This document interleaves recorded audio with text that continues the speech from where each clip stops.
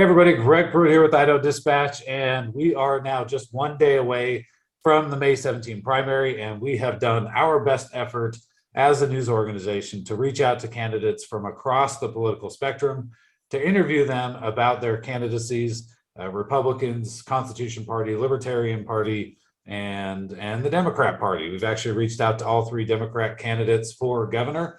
And while Mr. Haidt did not have the time, which was understandable because we only had reached him a few days ago, Mr. Dave Reilly did accept our invitation to do an interview, and Mr. Rogenstad did not respond to our request. So we have reached out to all the candidates in the race. And so, Mr. Reilly, thank you for joining us today, and thank you for taking the time to kind of come on and talk about your candidacy. No, Greg, thank you for having me on. It's my pleasure to be here to talk to you and to talk to all the people of Idaho. Okay.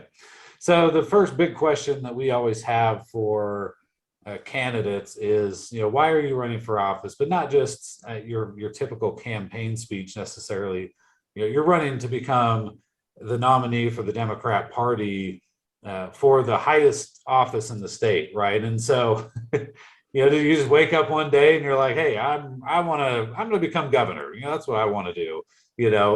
What kind of led you ultimately to throw your hat in the ring, and how did your family feel about that decision?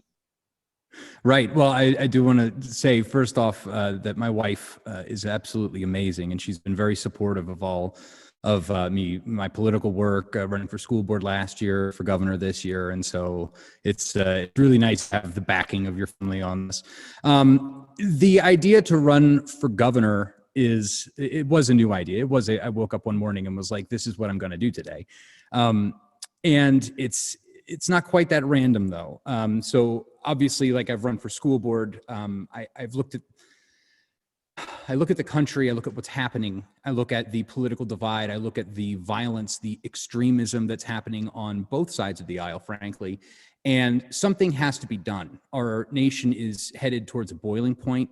It's going to boil over, and unless people get into office that can actually deal with the issues that people need dealing with. Number one being, jobs, shipping our money and our jobs and our fabrication overseas. The opiate overdose epidemic in America is just out of control, especially in Idaho, and the growth as well. So we definitely need competent leaders in office. And it's hard to watch people make awful decisions and to just sit back and say, oh, well, there's nothing I can do. I could always run. Anybody can run for office.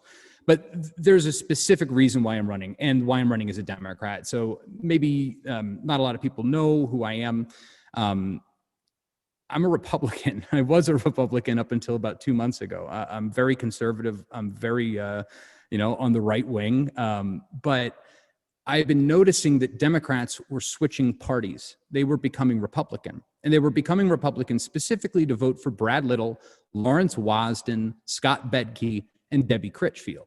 I've been hearing talk about this for months and months and months. And it's like, is nobody going to do any, investigation into this phenomenon of Democrats becoming Republicans to influence the primary election? Nobody seemed interested in it whatsoever.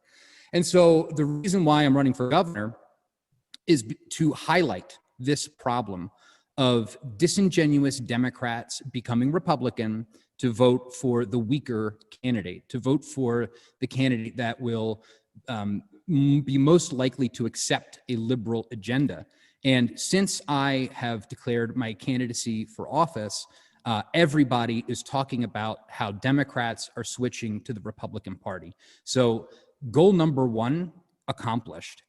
Everybody's talking about it. And not only that, but from what I understand, about 16,000 voters have been identified in the state of Idaho that switched from Democrat to Republican within the last 4 years.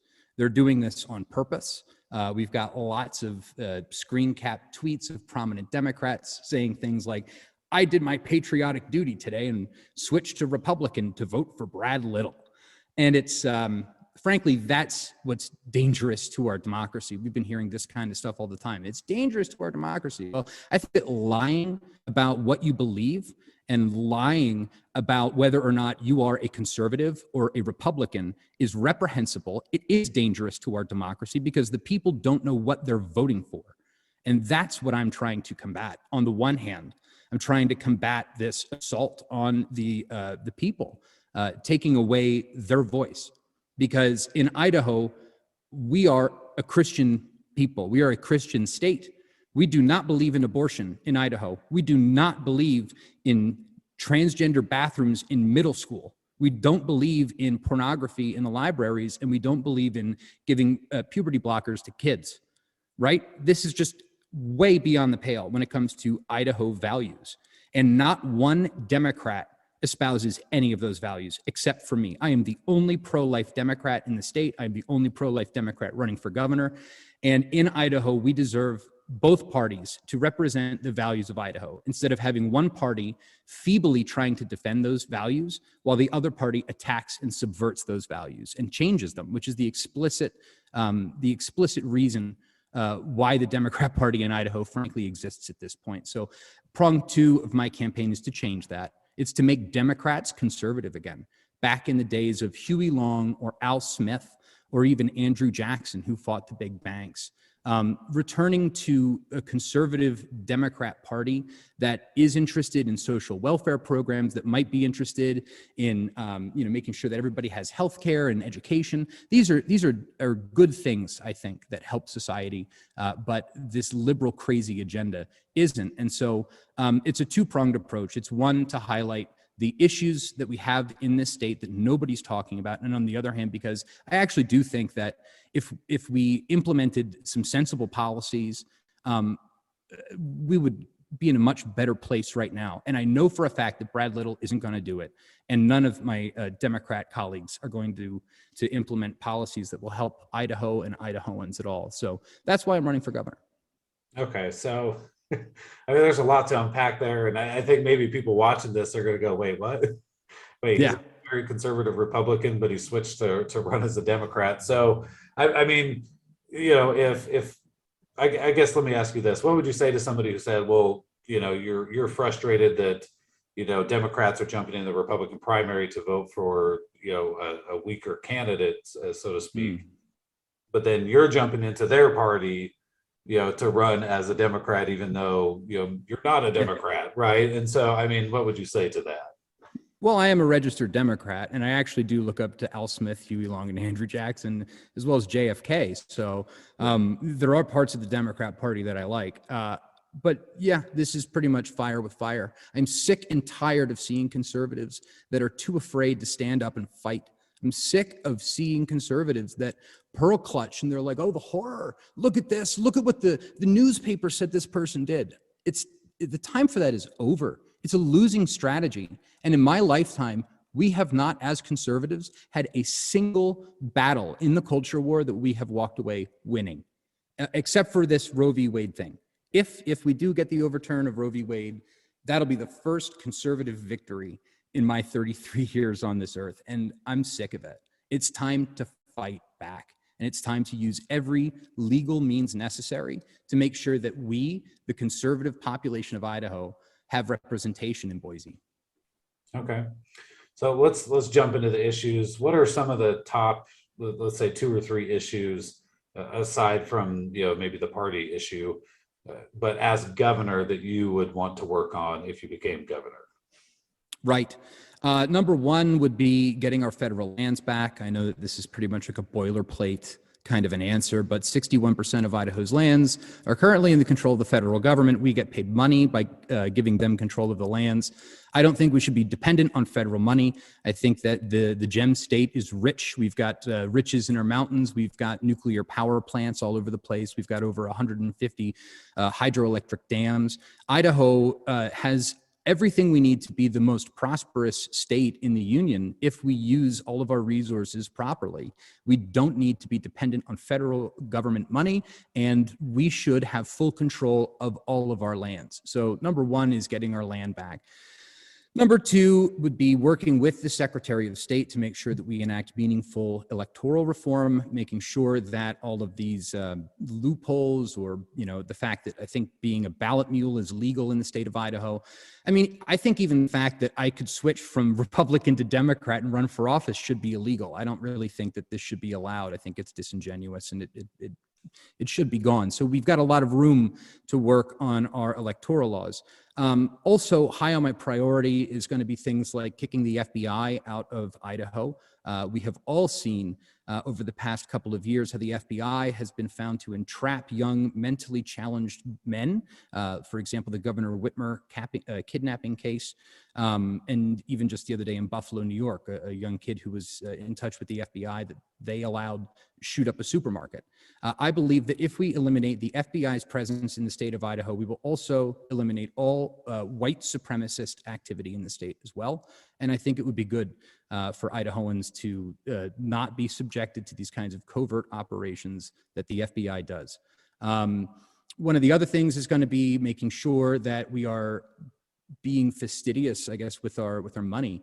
Currently, we're running a budget surplus. This is a great thing. But with inflation at 8% year over year, within about 5 or 10 years, if you just let the money that we have here in the state of Idaho sit in a bank account, it would be reduced by 50, 75% of its purchasing power today. So we need to have forward-thinking monetary policy, fiscal policy. I want to make Bitcoin legal tender.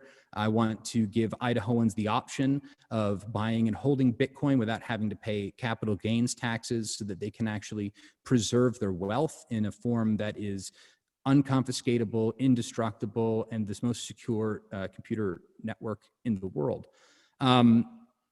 So I think among those things, that would probably be like, day one in office. These would all be considerations that I would start getting teams of advisors to talk about and see what kinds of policies we could actually implement. Okay. Let me go back real quick on the FBI thing. How would you do that as governor? Well, as governor, I would direct the Secretary of State, the Attorney General, and I would get all the sheriffs together, and I would ask them if they have the FBI currently working in their jurisdiction, if they're running any kinds of covert ops, if they're running any kind of informants, or if they're doing any kind of false flags, which of course they wouldn't be very upfront about. But I would want to know what's going on, who's where, and what they're doing. I mean, we've had horrible experiences with groups like the FBI and the ATF in Idaho. Just 2 or 3 days ago, Randy Weaver, the gentleman up in Ruby Ridge who had his wife and his son murdered in cold blood by the FBI and a U.S. Marshal. This should never happen in Idaho. This will never happen in Idaho if I'm governor, and we're going to make sure that all of these kinds of activities, these groups that are sponsored or run essentially by FBI informants, will all be shut down. There's been a lot of, hate crimes or whatever in Boise, people posting all kinds of goofy stuff on statues. And I am thoroughly convinced that this would not be happening if we did not have the FBI operating here in North Idaho. Okay. Let's talk about some of the hot topics that come up every election cycle. One of those being abortion. You mentioned just briefly Roe v. Wade. Where do you stand on the issue of abortion, and what would you do, if anything, as governor to influence that issue? Well, I definitely wouldn't be signing a bill and then saying that it's unconstitutional like Brad Little did. I am 100% pro-life. I'm a Catholic. Abortion is murder, and there needs to be penalties for murder. It's a sin, and it is a crime. It's a crime that screams to heaven for vengeance, frankly. So abortion is not an Idaho value, and abortion does not belong anywhere in Idaho. If you are the kind of person that does not want to take responsibility for your own actions, we don't want you here in the state of Idaho. You can move to dozens of other states here in America where you can have all the abortions you want, unlimited, and even up to the day of birth in places like California, but not in Idaho, not for any reason whatsoever. Okay, even in cases, the common exceptions that are listed as rape and incest. You need a rule to have the exception, and the rule is no abortions. Okay. What about Second Amendment, maybe specifically, things like universal background checks or red flag laws? Absolutely not. No red flag laws, no universal background checks. I would actually be much more prone to issuing every Idahoan a gun and teaching them how to use it. I think it's much better to have an armed populace that knows how to handle a firearm than it is to ban and put restrictions on guns. I think that red flag laws are reprehensible. And as we saw, like I said, in Buffalo, this young 18-year-old, I guess he was mentally ill, who shot this supermarket up. He was flagged under the red flag laws, and nobody did anything about it. Nobody visited him. Nobody took his guns. So if the red flag laws in New York, which has some of the hardest and toughest red flag laws, cannot prevent a mass shooting from taking place, then it is not going to help anything in Idaho. So no, absolutely not. No red flag laws, no abridgments to the Second Amendment whatsoever. Okay. Let's talk about healthcare. Healthcare costs are going up every year, and both sides, or all sides, I guess, seem to agree that the costs are increasing. But how to bring those costs down, there's obviously a very big disagreement there on how to do that. So how do you think, and what would you try to do as governor, if anything, on healthcare costs? I think that having competition is a good thing. And from what I've been seeing in the healthcare fields over the past decade or 20 years, maybe, is a consolidation. It's more of like monopolistic type behavior than it is a free market with, people actually like fighting to get somebody's business by providing a better product or a cheaper product. There's some work that's being done. I know there's the Surgery Center in Oklahoma that, for example, can offer surgeries for something like 60% off of what they charge in hospitals. And that's because when you go in for a procedure, the hospital will charge an exorbitant number to the insurance company. And then the insurance company pays that. And then there's all kinds of discounts that happen in between. The hospital winds up writing off about half of what they were initially going to charge. They write it off as a loss. And they do that to get out of paying capital gains taxes. The entire healthcare system in America is corrupt, 100%. And a lot of it has to do with the insurance companies. So I think that there are things like Heart of Hope Health, which has been founded here in North Idaho a little while ago in response to the COVID-19 pandemic and the restrictions in the hospitals. I think that having different options available, not just, a doctor in a hospital, but maybe a naturopath, maybe other people with skills that don't want to work in a doctor's office anymore because of these vaccine mandates or the mask mandates or whatever. The people of Idaho should be able to pick what they want and how they want to receive their health care. So I think that by allowing and opening and introducing competition into the marketplace will be a very good thing. Okay. What about fires? Fires are another, we'll get a lot of forest fires again here this year. We've had them for years and years and years now. Some of them from Idaho, some of them not from Idaho. They'll blow in from Oregon or California or Nevada or wherever. But at least for the fires that are happening in Idaho, what, if anything, do you believe should be done to stop or prevent some of these fires from taking place? Sure. Well, it's really interesting. It's really interesting, actually. On the map, we have the same, is it latitude or longitude as like Austria, Bavaria, Germany, like in the Alps, right? And I've spent some time in Europe, and the forests in Germany are just beautiful. They're very well maintained. It's like kind of a family tradition in Europe. You go to church on Sunday and then you kind of go for a hike in the woods. And as they do this, they maintain the woods. They pick up sticks, they pick up the leaves, they keep them clean. I think that if we got our lands back from the federal government and we opened that up and we, allowed people to do what they wanted with those lands, and the lands actually started to get used, people actually started to hang out in those areas, maybe we could start incentivizing some sort of forest cleanup. I think that the outdoors is one of our biggest assets here in the state of Idaho. And we need to be taking care of it. And so I don't know of any way better to combat forest fires than maintaining and kind of like curating the woods. And the only way to do that is for people to be active and to go out and to hike around and to look and see that kind of stuff. I don't think that we have the budget to go through all of our national forests and cut down rotten trees and clean them up, stuff like that. But we need logging. We need to be able to do that to keep a healthy forest. When you start saying no one's allowed to go over there, then, the forest is no longer maintained, sticks fall, tinder, and it goes up like a match.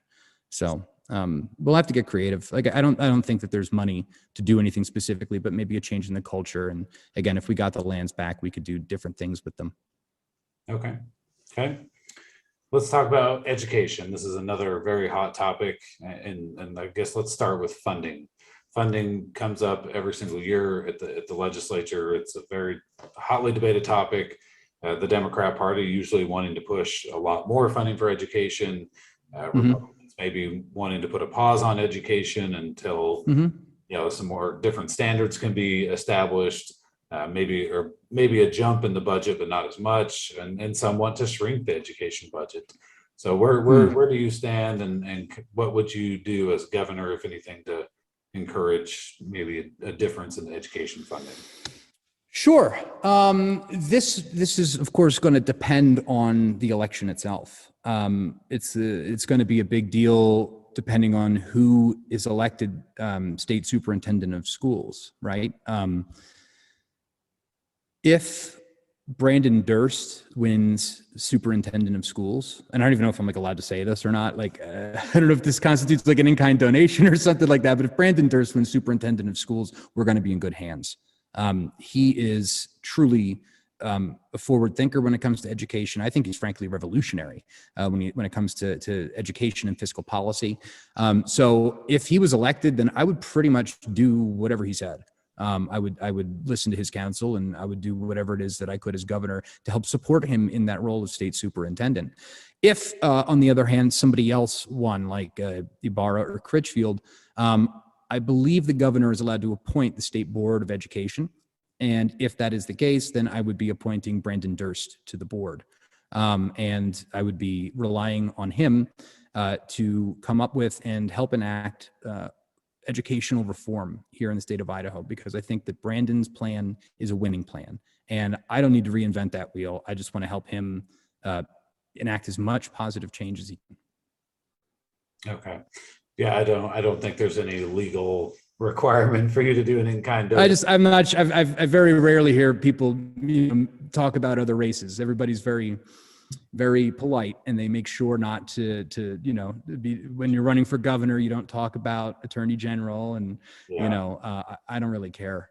Brandon Durst is the man for the job when it comes to education, and 100%. I have no shame in saying that. Okay. Last question on education is about critical race theory. This is another hotly debated topic with, nationwide this is being discussed. And here in Idaho, there was a large debate over, with one side saying CRT it's not even a real thing. It's not here. And then some saying it's not even here in Idaho. What are you worried about it for? And then some people on the other side saying, hey, it's already happening at various levels in Idaho. And then there's some people in between that just say, hey, maybe it is, maybe it isn't, but either way, we want to stop it, before it does come here. So where are you at on the issue of CRT?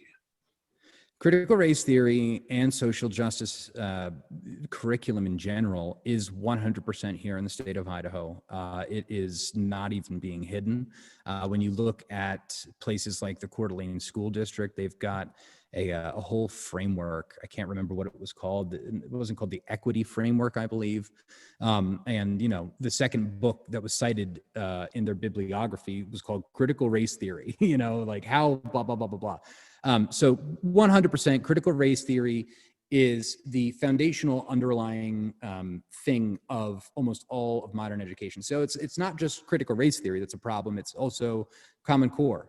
Common Core is what actually opened us up to having critical race theory in the first place, as well as things like social emotional learning and diversity, equity, inclusion curriculums and framework. So we need to get rid of Common Core. We need to do that quick. I actually think that we shouldn't even have students have Chromebooks in school now. They've got these little laptop tablet things that they take around and they do all their tests on it. I don't think they should be doing that. I understand that it makes life a little bit easier for the teachers, but the students are not retaining the information that they are expected to learn and understand. And a lot of people especially here in North Idaho, the kids aren't exposed to computers at a young age. And when they come in third or fourth grade and they're expected to take a test on the computer, they don't know how to use it, they fail. I know this personally when I was campaigning for school board. I know families that were going through struggles like this as well. So 100%, we have critical race theory, we have social emotional learning, we have these social justice frameworks, we've got this kind of technocratic angle as well in the schools with learning algorithms, and all of it needs to go. It has nothing to do with helping kids use their intellect, use their reason or logic. It has nothing to do with any of that. It has everything to do with producing a compliant workforce that will do the bidding of Amazon. Okay. Let's see. Last topic, and then we'll move into your campaign pitch. The Democrat Party, and this is kind of tying in back into the beginning conversation, but I debated on whether to bring this up now or later. But the Democrat Party basically came out and disavowed your campaign and said, we don't support. And I don't think we mentioned this, but you're actually on as a write-in. You and Rogenstadt are both write-ins, and I think Haidt is the only one that's actually on the ballot. But you're running as a write-in candidate. But anyway, they said you're not a Democrat, and disavowed your campaign. What has been your response to the Democrat Party kind of coming down on your campaign like that? Well, the Democrat Party has been taken over by extremists. The Democrat Party in Idaho and in America is currently run by people that want to give 4-year-olds puberty blockers. They want your kids looking at pornography in school. They want you to have an abortion up until the day of birth. These people are extremists. They are left-wing extremists. It is not talked about in the media very often, but it is a much greater threat than any kind of right-wing extremism that we are constantly hearing from CNN. Right-wing extremists did not burn down the country in 2020. That was the left. So the party in Idaho, the party nationwide, has been completely hijacked. It has nothing to do with the Democrat Party of JFK anymore. It's gone. So to be condemned by these kinds of corrupt, extremist, baby murdering people is a badge of honor for me. And I think that it will help all of these other Democrats that are here in the state of Idaho, that have seen their party go down the deep end, that have, had the experience of waking up and looking at the party and not being able to recognize it, not understanding what happened to workers' rights and family wages. All of a sudden, we're talking about bathrooms and Bruce Jenner's surgery. Like, what is going on here? So I think that to be condemned by them is a good thing, and I think that it points Democrats who are conservative, who do exist in the state of Idaho in much greater numbers, by the way, than most people think. I would take this as a badge of honor. Okay. What you've mentioned some of these older Democrats, the older Democrat Party, or some of the folks from a long time ago, or I guess, what is your pitch to you? A lot of the issues you've talked about are going to come across to most people as much more conservative Republican. You said you were a Republican and you're a conservative. So what is your pitch, I guess, to Democrats that, are there issues that you think that some of them agree with you on? Maybe they don't agree with the current Democrat Party and where it stands. But what kind of issues do you think you will find? And have you talked to Democrats that are like, hey, I'm sick of the Democrat Party. I don't like everything that you stand for, Mr. Reilly, but I do like these things. Right. Well, I think that one of them, would be I do have a couple of reforms, for example, with welfare and child reimbursement.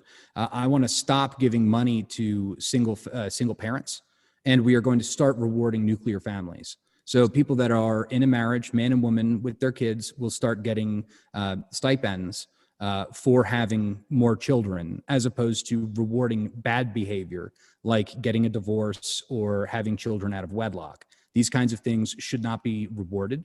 We should, in fact, be rewarding good behavior, good civic-minded behavior. And so, for example, some of these reforms that I've kicked around in areas like this, people like. Actually, people really like the idea that, if they've got 10 kids, they don't have to worry about how to get diapers for them. People that have, had an upstanding good life. They've tried their hardest and they can't seem to get out of poverty. Meanwhile, you've got people running around having kids with, 8 different baby daddies that are all getting, paychecks every month from the government. So there are certain elements of this, like being more selective with how we use our social welfare programs instead of incentivizing bad behavior, incentivizing good behavior. One of the other areas where I definitely would find a lot of agreement with some of the traditional Democrats is the fact that I'm anti-war. I was against the Iraq war. I've been against the, escapades in Syria. I'm completely against the Ukrainian war as well. We should not be funding it. We shouldn't be involved. We shouldn't be anywhere near it. And frankly, it's the Democrat Party that is the reason why there is a war right now in Ukraine. The Democrat Party, Joe Biden, Hunter Biden, have been funding the neo-Nazi Azov battalion. I think I would find a lot of Democrats who are against neo-Nazism. So we could probably find some good ground there. There's a lot of people in the Democrat Party that just are afraid to speak up. They are afraid to go to a meeting. They are afraid to be shouted at by some pink-haired lady that just absolutely will not listen to what these people have to say. And so, that's the pitch. Really, is the other element of this is that I'm also, in a sense, kind of a human hand grenade. If you are a disaffected Democrat that lives here in Idaho, and you're afraid to maybe go to a meeting or to meet up with your local Democrat Party, you know what you can do? You can write in David J. Reilly for governor tomorrow.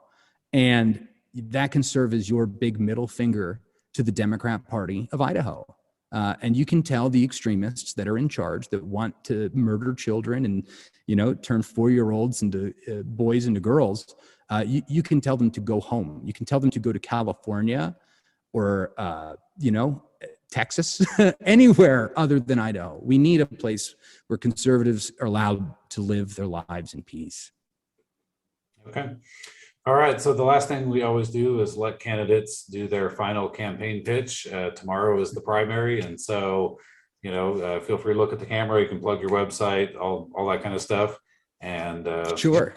Go ahead. So my name is David J. Reilly, and I am running for governor of Idaho on the Democrat ticket. So if you're watching this video and you're a registered Republican, tomorrow when you go to the ballot box, I want you to vote for Janice McGeehan.